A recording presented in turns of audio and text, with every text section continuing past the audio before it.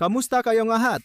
Sa video, ipapakita ko kung anong magagawa sa lumang shower hose na may takip. Una, kailangan natin ng 50cc na hiringgilya. Tanggalin ang piston at putulan ito ng 2 piraso.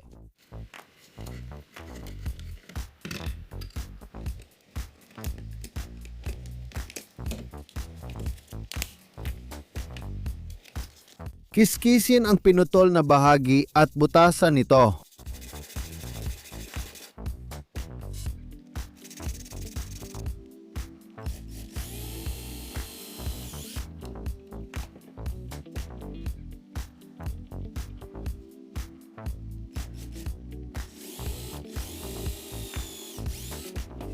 Ngayon, isuot natin ang goma, butasan din ito at iladay ang lahat ng ito sa motor.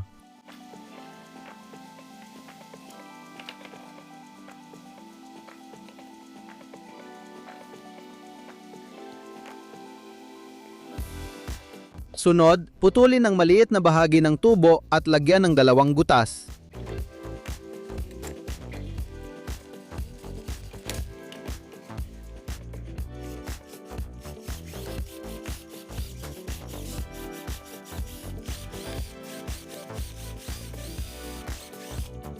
Kailangang ipasok ang motor sa loob ng tubo, balutan ng kaunting electrical tape para maging masikip ang pagkakalagay nito.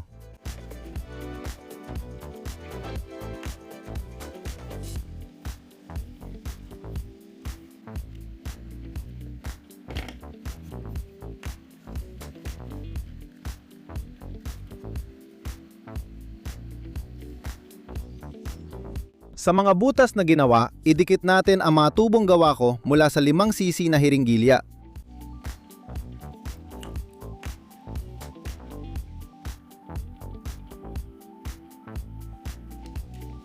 Ikinakabit natin ang mga wire sa motor gamit ang paghihinang. Gumawa tayo ng maliit na bomba ng tubig gamit ang hiringgilya gaya ng inyong naintindihan. Kailangan natin ng 2 takip mula sa 100 at 10 na tubo ng imburnal at kahit anong sikong kabit tapos puputulin ang isang bahagi. Kailangan din nating putulin ang bahagi ng takip. Ngayon, magbubutas tayo ng maliit na butas sa takip tapos palalakihin pa.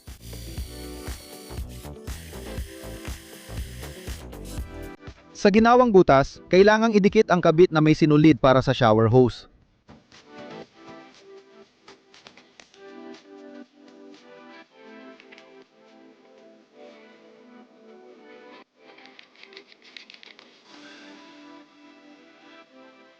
Maglalagay tayo ng sealant sa takip at ididikit sa naputol na bahagi ng elbow.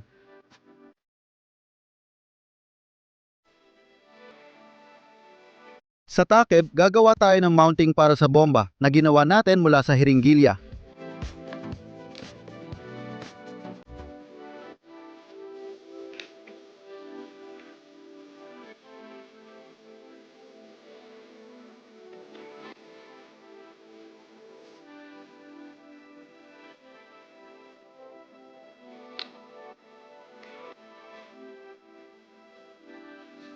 Ngayon, ikabit na ang bomba at hose, tapos ilabas at selyuhan lahat gamit ang sealant.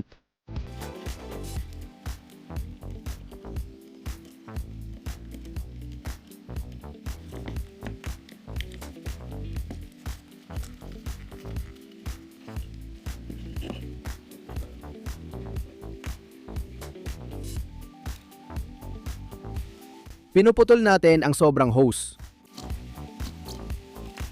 Susunod, kakailanganin natin ng bateryang 18650 na ikinakabit ko sa loob gamit ang double-sided tape. Kailangan natin ng TP4056 board para mag-charge ng baterya. At ang huli na kailangang ikabit ay ang sensor na tinatawag na reed switch. Ikabit natin ito sa pinakailalim, tapos ikonekta ang lahat ayon sa diagram na ipinapakita sa screen.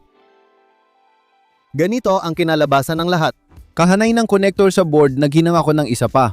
Kuning ang magnet at subukan kung okay lahat. Kita nyo, gumagana ang bomba. Ngayon, gagawa tayo ng 2 butas sa isa pang takip.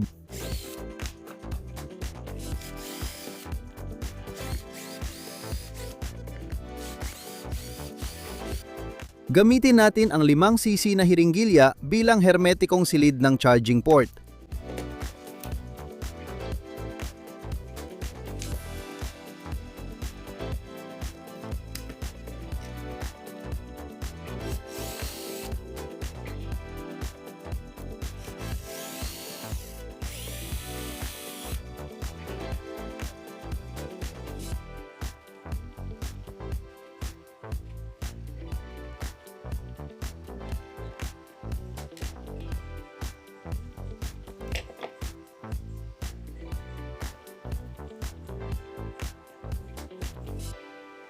Idikit natin ang tubo sa isa sa mga nagawang butas pagkatapos ipasok ang konektor dito at ikabit gamit ang hot glue.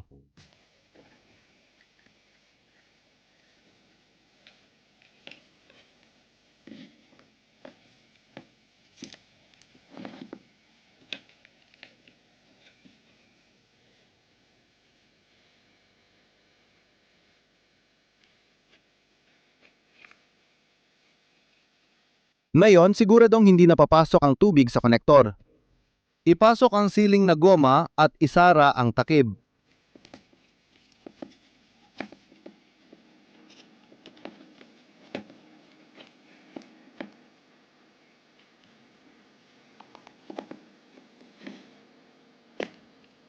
Putulin ang sobra at lagyan ng sealant para hindi mapasukan ng tubig.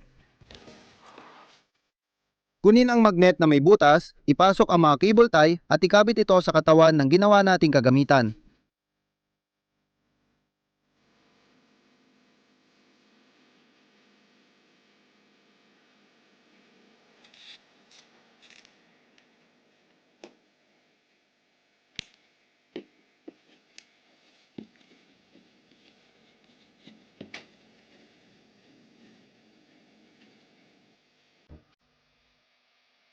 Tulad ng naintindihan ninyo, ang magnet dito ay nagsisilbing parang pindutan.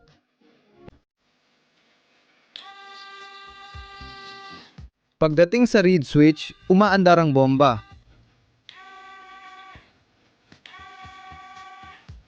Ngayon, tatanggalin natin ang nut na ginamit lang para dumikit ng maayos ang fitting. At ikinakabit ang hose ng dutya.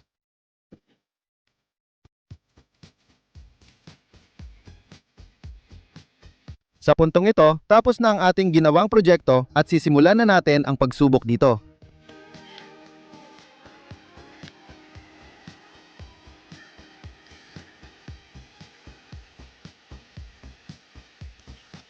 Tulad ng inyong naintindihan, ito ay naging isang madaling dalhin o tinatawag ding portable na dutya.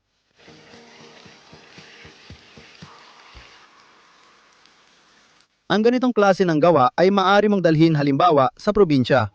Kung walang tubig doon, magdala na lang kayo ng maliit na galon para makapaligo. Maliit lang ang konsumo ng tubig dito at isang timba na sapat na pampaligo para sa ilan. Magiging maginhawa ito kapag nagkakamping o nangingisda. Pwede mo itong ihulog sa ilog at sa ganitong paraan makakaligo ka. Ang kagandahan ng aparatong ito ay pwede mo itong i-charge ulit at kung maganda ang baterya, tatagal ito ng matagal na panahon.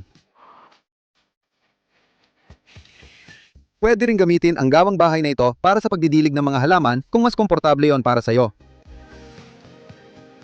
Kung nagustuhan ninyo ang video na ito, paki-like naman, ibahagi sa mga kaibigan at mag-iwan ng kahit anong komento, mag-subscribe sa channel, pindutin ang kampanilya at salamat sa panonood. Paalam!